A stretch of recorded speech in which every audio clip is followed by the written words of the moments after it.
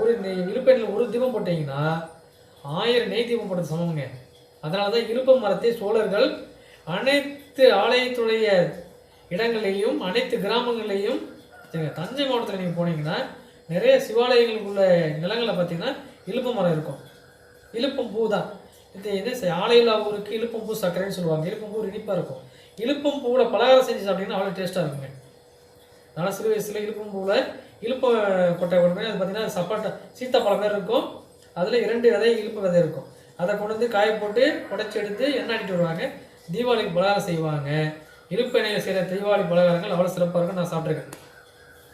தஞ்சை மாவட்டத்துக்காரங்களாக இருந்தாங்கன்னா 1980 80s 90s இருக்காங்கன்னு தெரியல, 70s 80s இருந்தவங்கன்னா இந்த பலகாரங்களை சாப்பிட்ருப்பாங்க. ஏன்னா அவங்களுக்கு தெரியும். அதனால மறுபடியும் அந்த ஆதினங்கள் என்ன செய்கிறாங்க, இலுப்பு மரங்களை மறுபடியும் நட ஆரம்பிச்சிருக்காங்க. நீங்களுமே உங்கள் நட்சத்திரக்குரிய வன்னி மரத்தை நட்டு